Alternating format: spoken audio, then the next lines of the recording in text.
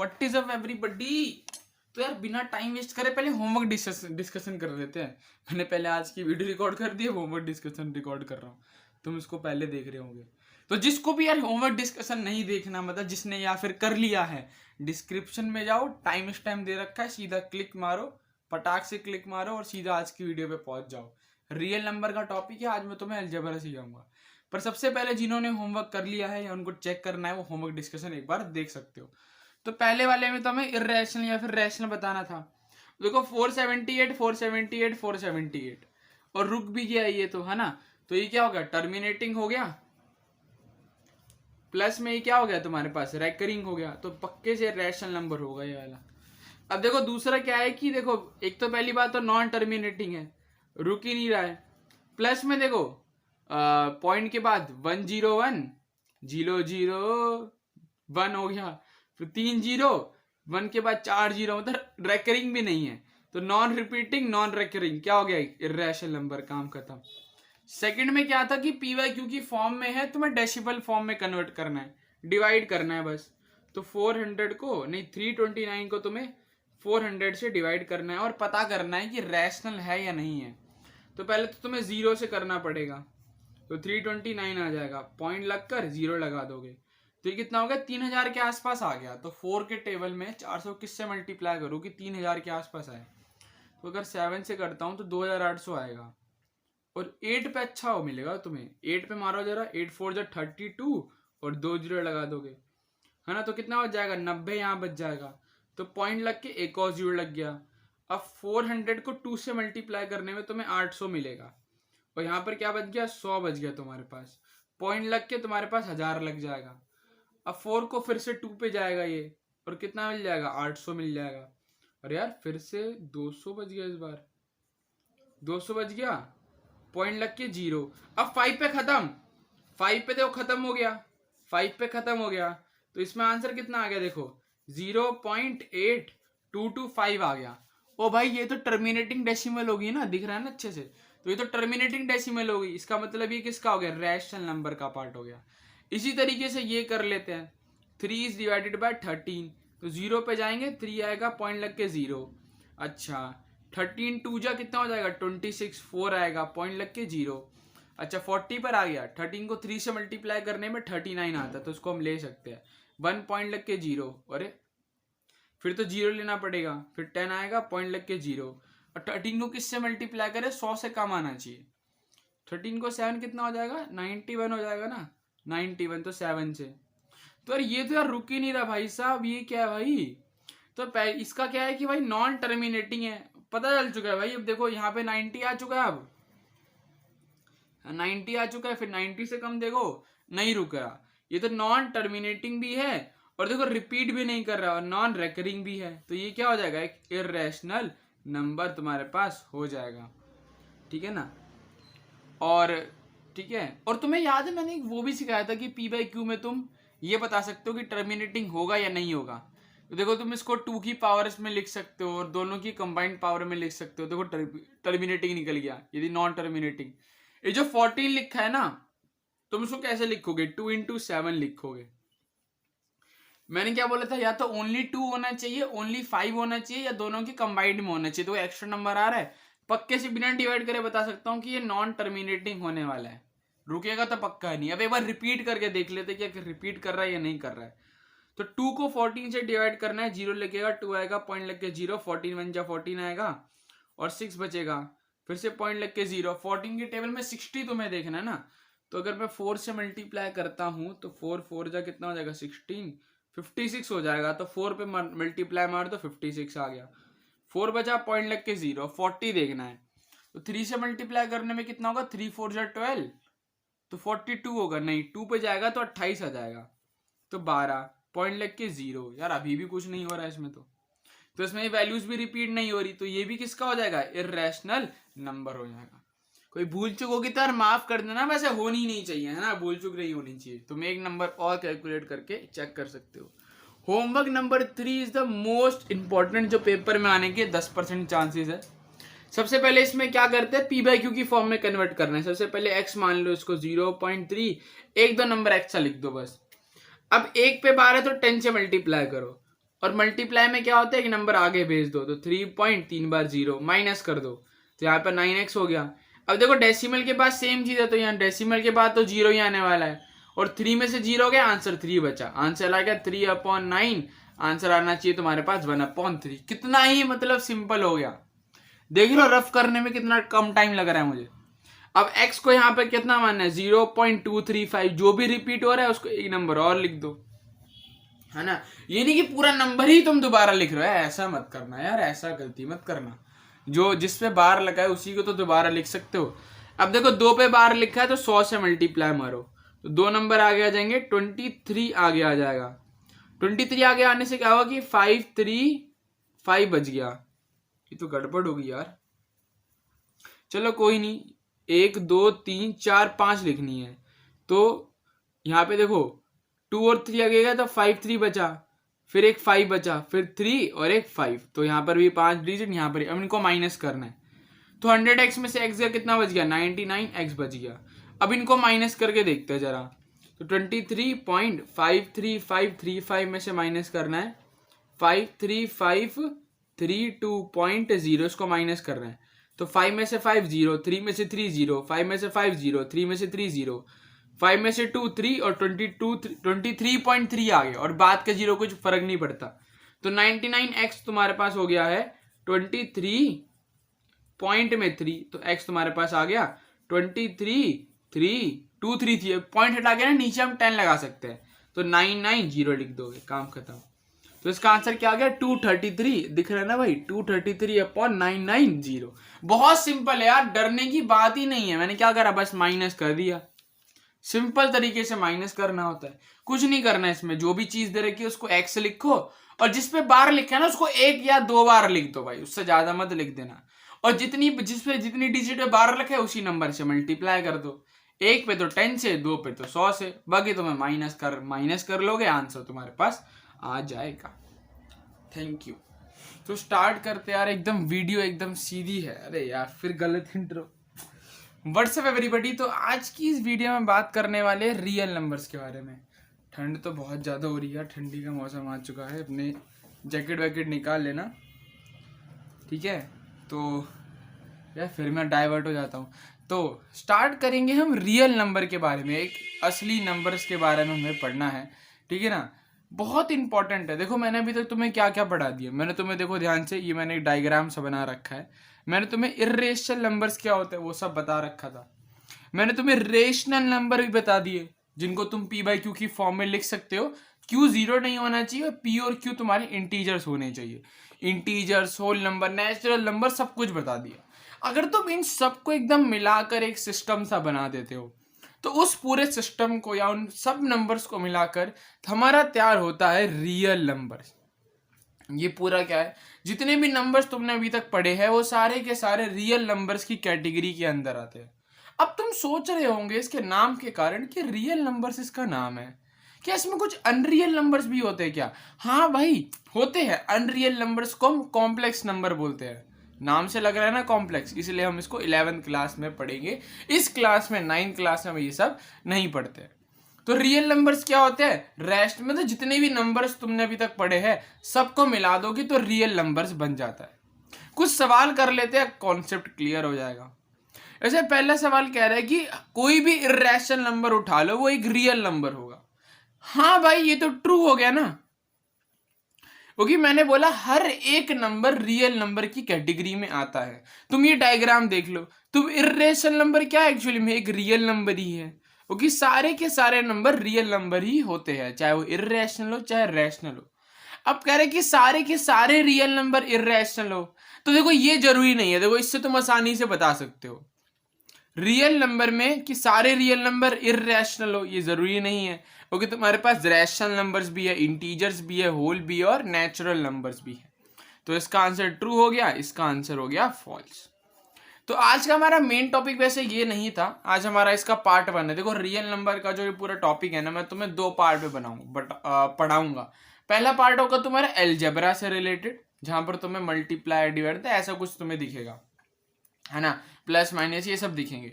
दूसरा जो पार्ट होगा वो रिप्रेजेंटेशन पर होगा। ये लोगों को बहुत दिक्कत आती है, √2 √3 को कैसे रिप्रेजेंट करते हैं, वो हम नेक्स्ट पार्ट में देखेंगे। ठीक है, तो पहले मुझे क्या समझाना था कि रियल नंबर्स क्या होते हैं, वो हमारा काम हो चुका है। अब हम पढ़ते हैं अलजेब्रा की तरफ। अलजेब्रा में हमें सबसे पहले पढ़ना है लॉज ऑफ अलजेब्रा। देखो अगर तुम्हें लॉज में समझा दूंगा ना, तुम वकीली आराम से कर सकते हो, मतलब वकील तो नहीं बनाना, तुम क्वेश्चन बहुत आसानी से कर सकते हो। देखो यहाँ पर मैंने ना एक चीज बहुत इंपॉर्टेंट में लिखी है, ये लॉ नहीं होता है पर बहुत इंपॉर्टेंट है। जैसे तुम क्या कर रहे हो, √a लिखा हुआ है, इसका तुम स्क्वायर करते हो तो इसका आंसर तुम्हारे पास सिर्फ और सिर्फ a आता है। कैसे? क्योंकि जो स्क्वायर होता है ना वो रूट को काट देता है। इस बात का तुम्हें अच्छे से ध्यान रखना है। जैसे मान लो अगर मैं √3 लिख दूं, ठीक है ना, और इसका मैं तुम्हें स्क्वायर करने के लिए बोल दूं, तो उसका सिंपल सा मतलब तुम क्या करोगे कि जो स्क्वायर होगा ना उससे तुम रूट को हटा दोगे।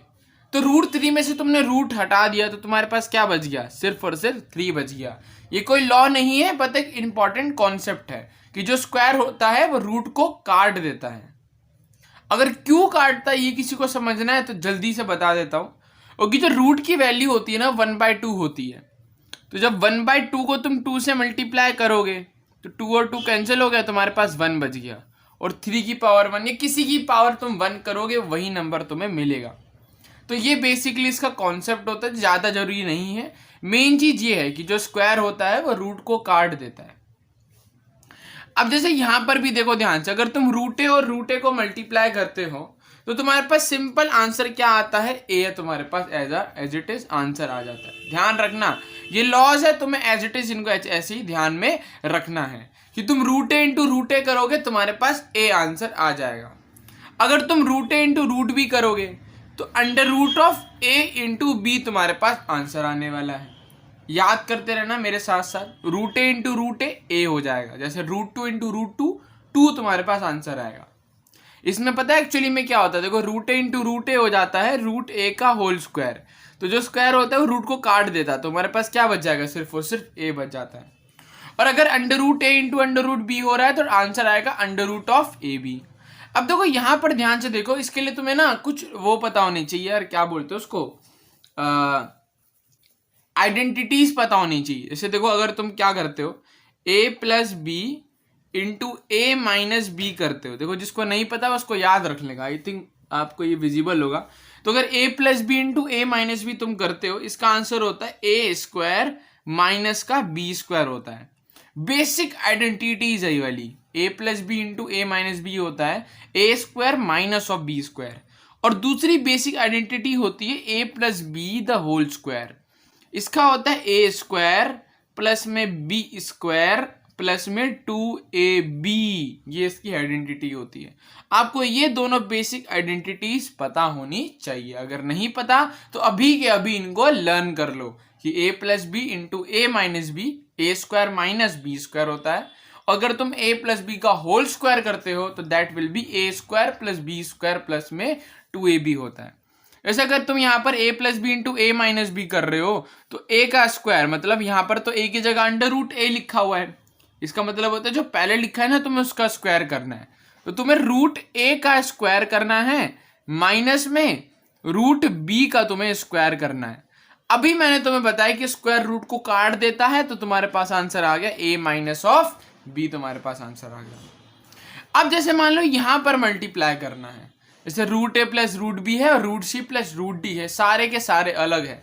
इसमें क्या था, प्लस माइनस में होना चाहिए और a और b तुम्हारे पास सेम होने चाहिए, तब तुम आइडेंटिटी लगा सकते हो। तो इसमें आइडेंटिटी नहीं लगाते, यहाँ पर हम डिस्ट्रीब्यूट कर देते हैं। क्या कर देते हैं, डिस्ट्रीब्यूट कर देते हैं। ऐसे √a है उसको तुम √c के साथ भी मल्टीप्लाई करोगे और √a को तुम √d के साथ भी मल्टीप्लाई करोगे। अब देखो इस वाली प्रॉपर्टी का भी यूज होगा। अगर तुम √a को √c के साथ मल्टीप्लाई करोगे तो तुम उसको लिख दोगे √ac लिख दोगे। फिर तुम प्लस करके √a को √d से मल्टीप्लाई करोगे, इस लॉ के अकॉर्डिंग वो √ad हो जाएगा। फिर तुम प्लस का साइन डालोगे, फिर तुम √b को √c से मल्टीप्लाई करोगे और √b से लिख दोगे। ठीक है, और फिर तुम रूट बी को रूट डी से मल्टीप्लाई करोगे, under root of B D लिख दोगे, बी डी नहीं, सुट्टा वाला नहीं, बी डी लिख दोगे। अब देखो ये वाला भी बहुत ईजी है, अभी मैंने तुम्हें क्या बताया, आइडेंटिटी बताई ना, ए प्लस बी का होल स्क्वायर। देखो अभी मुझे लग रहा है कि ना कुछ बच्चों को ये थोड़ा मुश्किल लग रहा होगा, बट मेन चीज यार यही है, तुम इसमें अच्छे से ध्यान दो, सवाल से एकदम तुम्हें क्लियर करवा दूंगा, याद करवा के जाऊंगा, ठीक है ना। अभी तुम बस सुनते जाओ। अगर a प्लस बी का होल स्क्वायर करोगे तो a square plus B square plus 2ab तुम्हें करना है, मतलब पहली क्वांटिटी का स्क्वायर प्लस में दूसरी क्वांटिटी का स्क्वायर प्लस में 2 इंटू ए बी तुम्हें करना होता है। तो तुम यहाँ पे करना है अंडर रूट ऑफ a का स्क्वायर प्लस में अंडर रूट ऑफ b का स्क्वायर प्लस में 2 times under root a into under root b, तो इसको मैं डायरेक्टली अंडर रूट 2ab लिख देता हूँ। तो देखो स्क्वायर से फिर से रूट कटेगा, तुम्हारे पास आंसर आ गया a प्लस बी प्लस में 2 under root of A B. सबसे इजी तो तुम्हें यही वाला लग रहा होगा, है ना, कि अगर अंडर रूट या अंडर रूट भी मल्टीप्लाई होता है तो अंडर रूट के अंदर दोनों को तुम मल्टीप्लाई कर दोगे under root of A B. एक बार जल्दी से पूरी फुल स्पीड में लॉस को रिवाइज कर लेते हैं। तो अगर रूट के ऊपर स्क्वायर करोगे तो स्क्वायर रूट कट जाएगा, सेम नंबर आएगा, root A into root A होगा, root A into root B under root of A B हो जाएगा।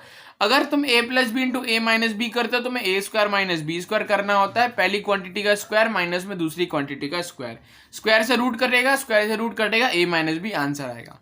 अगर तुम्हारे पास चारों क्वांटिटी अलग है तो यहाँ पे कोई लॉ नहीं लगता, मतलब कोई आइडेंटिटी नहीं लगती है, लॉ तो लगता है, तो बस तुम यहाँ पे डिस्ट्रीब्यूट कर देते हो चीजें। जो अंडर रूट ए होगा तुम उसको सी को भी दोगे, डी को भी दोगे, और जो बी हो अंडर रूट बी है तुम उसको भी सी को और डी को दोनों को दे दोगे, ऐसे 4 क्वांटिटी तुम्हारे पास आ जाएगी। अगर यहाँ पर तुम इसका स्क्वायर देख रहे हो, a प्लस बी का होल स्क्वायर देख रहे हो, तो पहली क्वांटिटी का स्क्वायर दूसरी क्वांटिटी का स्क्वायर प्लस 2 इंटू में फर्स्ट क्वांटिटी इंटू में सेकंड क्वांटिटी करके तुम इसको सॉल्व कर सकते हो। अब हम चलते हैं एक्सरसाइज की और। जैसे पहला सवाल तुम्हें दे रखा है 3 plus root 2 into 2 plus root 2, तो यहाँ पे देखो तुम a plus B A minus B नहीं लगा सकते ना, ये वाली आइडेंटिटी लगा सकते हो, यहाँ पर भी तुम्हें डिस्ट्रीब्यूट करना पड़ेगा। तो 3 को जब तुम 2 से मल्टीप्लाई करोगे तो 6 आ जाएगा, 3 को जब रूट 2 से मल्टीप्लाई करोगे तो 3 रूट 2 हो जाएगा, ठीक है ना। और जब तुम रूट 2 को 2 से मल्टीप्लाई करोगे तुम इसको 2 रूट 2 लिख सकते हो। और रूट 2 इंटू रूट 2, अभी मैंने तुम्हें बताया कि रूट ए इंटू रूट ए होता है, तो रूट 2 इंटू रूट 2 2 हो जाएगा। अब ऐड करना बहुत सिंपल होता है यार, नंबर्स को तुम्हें ऐड करना आता ही है, एक बार रूट को भी बता दूंगा। देखो 6 और 2 को ऐड करके तुम्हें 8 मिलने वाला है। देखो जब भी तुम्हें रूट को ऐड करना होता है ना, तो तुम्हें एक बात ध्यान रखनी है कि रूट के अंदर सेम क्वांटिटी होनी चाहिए। जैसे इसके पास भी रूट 2 है, इसके पास भी रूट 2 है, तुम आसानी से ऐड कर सकते हो। इस केस में क्या करना होता है कि रूट 2 जो भी मतलब सेम है उसको तुम लिख दो, और आगे सिर्फ तुम्हें नंबर्स को ऐड करना है। तो 3 और 2 को ऐड कर दो, तुम्हारे पास आंसर आ गया 8 प्लस में 5 रूट 2। तुम कभी भी ये नहीं कर सकते, रूट 3 में तुम रूट 2 को ऐड नहीं कर सकते हो, इसका आंसर यही होगा, मतलब इसको और सिंप्लीफाई फॉर्म में नहीं लिख सकते तुम, उसका आंसर यही हो जाएगा। बट अगर चीज सेम है, जैसे रूट 2 और 2 रूट 2 को तुम्हें ऐड करना है, अगर रूट के अंदर चीज सेम है तो उसको लिख दो, और आगे जो भी नंबर लिखा हुआ है, इसके आगे तो 1 ही लिखा हुआ, उनको ऐड कर दो, 2 और 1 कितना हो जाएगा 3, तो आंसर आ गया 3 रूट 3। नेक्स्ट पे चलते हैं। पिछली बार ना कॉपी थोड़ी टेढ़ी मेढ़ी से हो गया, पूरा ध्यान रखो कॉपी भाई साहब सीधी रहेगी। नीचे करते हैं, ओके ठीक है ना, ओके। अब यहाँ पर है 3 प्लस रूट 3 और 3 माइनस रूट 3, तो देखो a प्लस बी और a माइनस बी जैसा हो गया, तो a का स्क्वायर माइनस b का स्क्वायर, 3 का स्क्वायर माइनस में रूट 3 का स्क्वायर कर दोगे, क्यूब क्यों लिख दिया भाई, 3 का स्क्वायर 9 हो जाएगा, स्क्वायर से रूट कट के 3 आएगा, और 9 माइनस 3 6 हो जाएगा, सिंपल। अब यहाँ पर क्या होगा, देखो a प्लस बी का होल स्क्वायर, तो पहली क्वांटिटी का स्क्वायर मैं डायरेक्ट लिख रहा हूं, तुम रूट 5 का स्क्वायर करोगे तो स्क्वायर और रूट कट जाएगा, 5 बचेगा। ऐसे ही रूट 2 में 2 बचेगा, और 2 इंटू में तुम root A into root B करोगे तो root 5 into root 2 root of 10 हो जाएगा। अब ऐड करना तुम्हें आता ही है, 5 और 2 7 हो गया, 7 प्लस रूट 2 रूट 10 तुम्हारे पास आंसर हो गया। यहां पर भी देखो a minus B into A plus B, यार ऐसा कुछ फर्क नहीं पड़ता, मतलब कि तुम a प्लस बी पहले लिखो a माइनस बी पहले लिखो, कुछ फर्क नहीं पड़ता, तुम्हें बस a square minus B square करना है। तो यहां पर भी तुम क्या करोगे, रूट 5 स्क्वायर माइनस में रूट 2 स्क्वायर कर दोगे, तो यहां से तुम्हारे पास 5 आएगा, यहां से तुम्हारे पास 2 आएगा, आंसर तुम्हारे पास कितना आ गया, 5 माइनस 2 3 आ गया। समझ रहे हो ना, हम लॉस का भी यूज कर रहे हैं, आइडेंटिटीज का भी यूज करते जा रहे हैं साथ साथ। हम थोड़ा ऊपर बढ़ते हैं, विजिबल करते हैं। अब ये वाला करते हैं, देखो अब यहाँ पर तुम सिंपल सी बात है, डिस्ट्रीब्यूट करना पड़ेगा। तो 5 2 जा 10 हो जाएगा, 5 और √5 को मल्टीप्लाई 5 √5 हो जाएगा, 7 और 2 को मल्टीप्लाई 2 √7 हो जाएगा, और √7 इंटू √5 √7 5 जा 35, 7 और 5 को मल्टीप्लाई कर दिया। अब इसका आंसर यही रहेगा। ओके देखो कि रूट के अंदर सेम चीज नहीं लिखी हुई है कि तुम उसको चेंज कर सकते हो, नहीं ये कर सकते है ना, तो तुम्हारा इसको तुम एज इट इज आंसर ये छोड़ दोगे। अब यहां पर तुम कर सकते हो a + b a - b, तो तुम 5 का स्क्वायर माइनस में √5 का स्क्वायर कर दोगे, तो 25 - 5 करना है, आंसर तुम्हारे पास 20 निकल कर आ गया। अब यहां पर तुम्हें a + b का होल स्क्वायर करना है, तो a का स्क्वायर + b का स्क्वायर 2 √7 3 जा 21 हो जाएगा, 7 3 को ऐड कर दो 10 हो गया, 10 + 2 √21 is the answer. I think सबको समझ आ रहा है। अब आपको स्पीड थोड़ी इंक्रीज करनी पड़ेगी, ठीक है ना। जब तक दिक्कत नहीं आएगी तुम्हें, तुम आगे नहीं बढ़ोगे, जब तक तुम जलोगे नहीं तब तक तुम निखरोगे नहीं, ठीक है ना। पता नहीं क्या शायरी थी, मैंने कुछ भी बोल दिया। अब a - b into a + b करना है, तो फिर से करोगे a का स्क्वायर माइनस में b का स्क्वायर, तो 11 - 7 कर दोगे, 11 - 7 कितना हो गया 4, काम खत्म। तो मैंने तुम्हें टाइप 1 मतलब सिखा रहा हूँ भाई, अलजेब्रा सिखा दिया मैंने तुम्हें, कितने बढ़िया तरीके सिखा रहा हूँ, ठीक है ना। अभी तक हमने क्या सीख लिया, रियल नंबर्स क्या होते हैं वो सीख ली, लॉज ऑफ अलजेब्रा सीख लिए, याद भी करवा दिए तुम्हें मैंने, 8 क्वेश्चन भी करवा दिए। अब देखो ऐड वाला तो मैंने तुम्हें बता ही दिया कि रूट अगर सेम लिखा हुआ है तभी तुम ऐड कर सकते हो, अगर रूट के अंदर सेम क्वांटिटी ने भाई जय बाबा की हम कुछ नहीं कर सकते, ठीक है ना। तब तो कह रहे हैं इन तीनों को ऐड करके दिखाओ, देखो जैसे मैंने ऐड बोला ना वैसे ही माइनस भी कर सकते हो, उसमें कोई टेंशन वाली बात नहीं है। ऐसे 2 √2 को तुम √2 के साथ ऐड कर दो, और जो 5 √3 है तुम उसको 3 √3 के साथ माइनस कर दो, ठीक है ना। तो देखो √2 को तुम एज इट इज लिख दो, और 2 और 1 को कितना लिख दोगे 3 कर दोगे, अगर कुछ नहीं लिखा तो क्या लिखा हुआ है 1 लिखा हुआ है। अब यहां पर तुम्हें माइनस करना है, तो √3 है तो √3 लिख दो, 5 में से 3 गए 2, आंसर खत्म। अब तुम इसके आगे कुछ नहीं कर सकते भाई, विजिबल है ना भाई, हाँ इसके आगे तुम कुछ नहीं कर सकते हो, क्योंकि √3 आ गया भाई, √3 एक √2 आ गया, एक √3 आ गया, ना तुम ऐड कर सकते हो तो ना तुम उसको माइनस कर सकते हो। चलो भाई, ओके सर जी, बताने के लिए धन्यवाद आपका। सॉरी। अच्छा, इसमें भी मैं 3 टाइप के सवाल लेकर आया हूँ, ठीक है ना। ये तो बहुत सिंपल सवाल थे, दूसरे में क्या है तुम्हें रेशनल और इर्रेशनल बताना होगा, ठीक है ना। विजिबल है, यस। अब मल्टीप्लाई करने के लिए बोल रहे, सिंपल है। अब 6 √5 और 2 √5 को मल्टीप्लाई करना है, तो 6 2 जा कर लो 12 कर लो। अब √5 इंटू √5, अभी मैंने तुम्हें बताया कि मल्टीप्लाई करना है, तो √5 इंटू √5 तुम्हारे पास 5 हो जाता है, और 12 5 जा बच्चे को पता है 60 हो जाता है। अब ये देखो, ये देखना डिवाइड अच्छे से, तो 8 √15 लिखा हुआ है, तुम्हें इसको 2 √3 से डिवाइड करना है, तो 2 4 को काट देगा, मतलब 8 को काट देगा 4 पे, तो 4 √15 और √3 बच गया तुम्हारे पास।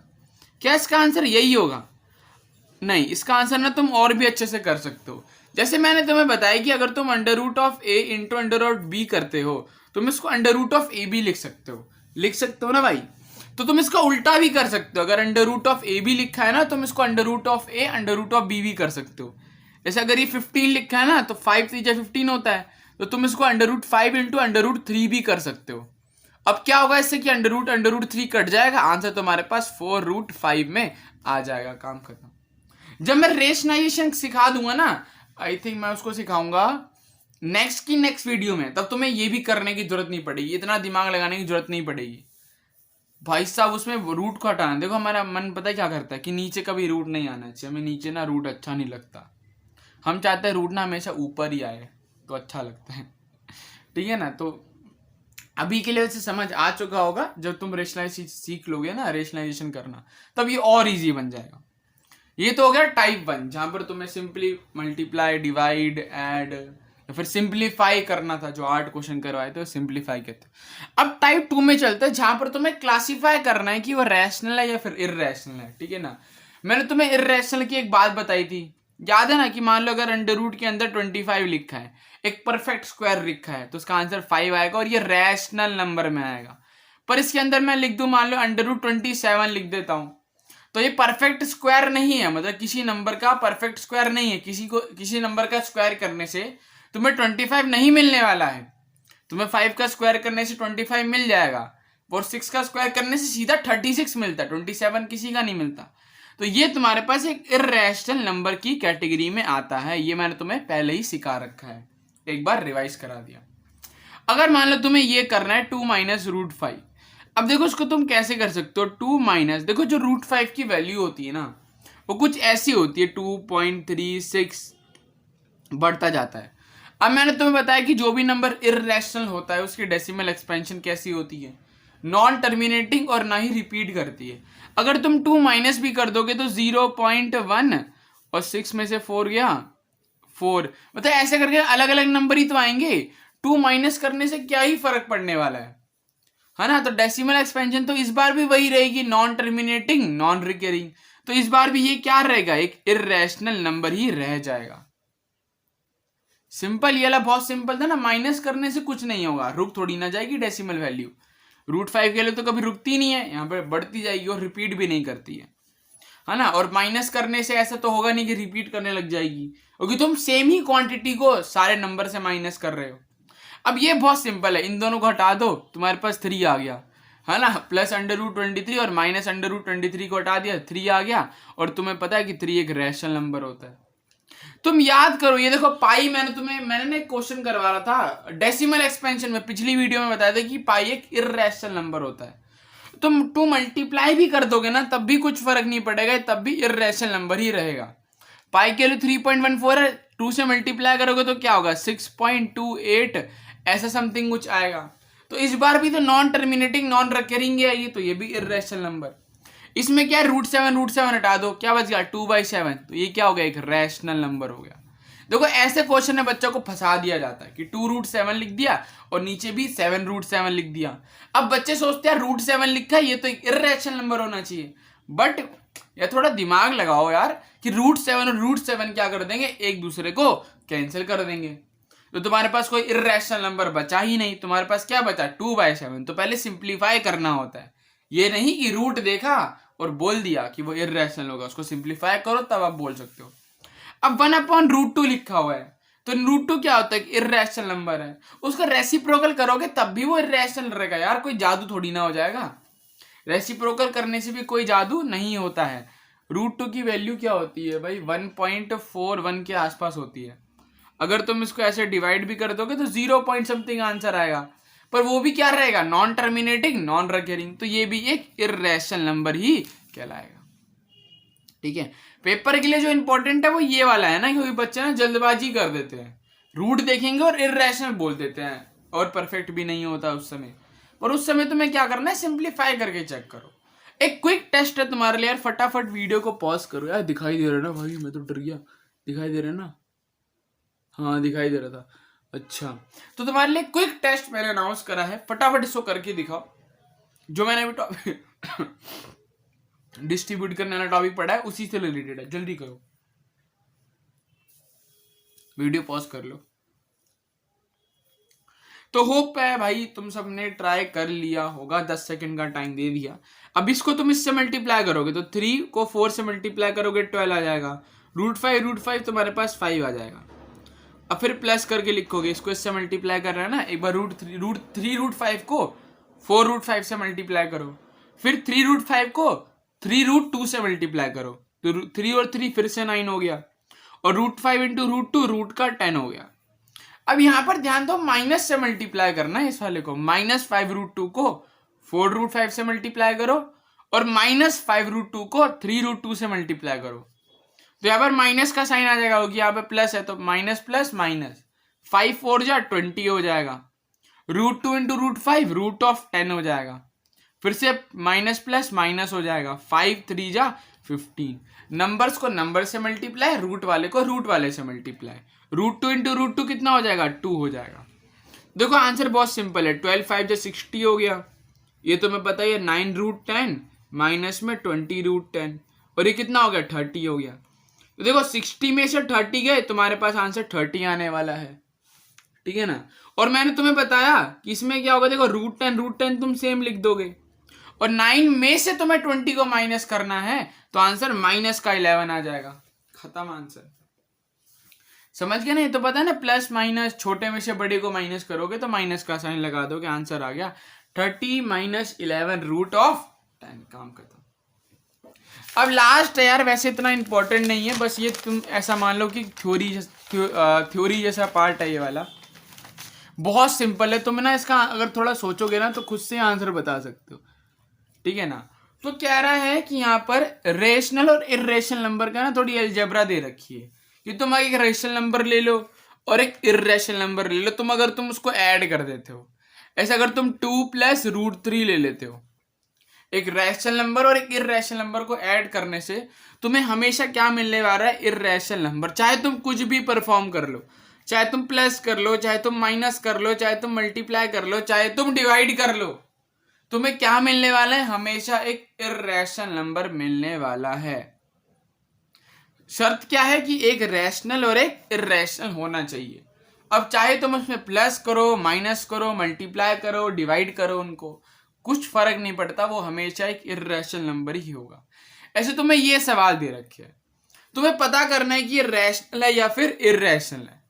तुम्हें इसमें ये नहीं करना कि √5 की वैल्यू लिख कर तुम 7 से मल्टीप्लाई करोगे, फिर चेक करोगे कि डेसिमल एक्सपेंशन कैसी है उसकी, है ना? पिछले वीडियो में सब बताया था कि वो कैसी डेसिमल एक्सपेंशन है, तब तुम इर्रेशनल बताओगे। ऐसा कुछ फर्क नहीं पड़ता। तुम बस देखो कि यहाँ पे रैशनल है, यहाँ पर एक इर्रेशनल नंबर है। हमें पता है कि भाई √5 एक इर्रेशनल नंबर होता है, वो कि इसके अंदर एक परफेक्ट स्क्वायर नहीं लिखा है। 5 थोड़ी ना परफेक्ट स्क्वायर होता है। तो अगर तुम एक रैशनल और इर्रेशनल को मल्टीप्लाई करोगे, हमेशा आंसर इर्रेशनल नंबर हो जाएगा। इसमें डिवाइड हो रहा है, फिर से इर्रेशनल, इसमें प्लस हो रहा है, फिर से इर्रेशनल, इससे माइनस हो रहा है, फिर से इर्रेशनल नंबर। खत्म। गुड। अगर तुम यहां तक पहुंच चुके हो यार, दिखाई दे रहा है ना? हाँ अब सही है, ठीक है। तो यहाँ तक पहुंच चुके हो तो मेरी तरफ से बधाई। पता नहीं, मैं शायद होमवर्क डिस्कस करना भूल गया हूँ। चलो आगे डाल दूंगा। तो आज के लिए भाई कार्यक्रम इतना ही खत्म करते हैं, ठीक है। अब नेक्स्ट पार्ट में हम ना रियल नंबर्स का एक और पार्ट बनाएंगे, पार्ट नंबर 2। वहां पर हम क्या देखेंगे? रिप्रेजेंटेशन करना सीखेंगे भाई, √3 √2 इन सबको रिप्रेजेंट करना सीखेंगे। तो हम भी प्रस्थान करते हैं। अब तुम भी अपना कॉपी पेन को, मतलब वीडियो को बंद कर दो। मिलते हैं नेक्स्ट एपिसोड में।